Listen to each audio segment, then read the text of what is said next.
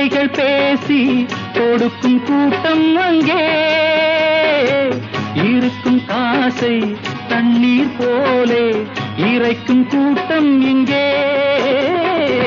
ஆடை பாதி ஆளும் பாதி அறிவும் பாதி ஆனது இங்கே.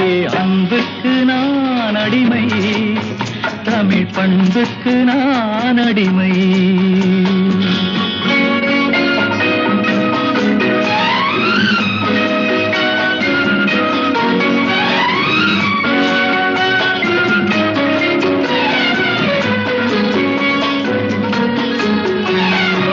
உள்ளத்தில் ஒன்றும் உதட்டில் ஒன்றும் உறவு கொண்டீர்களே.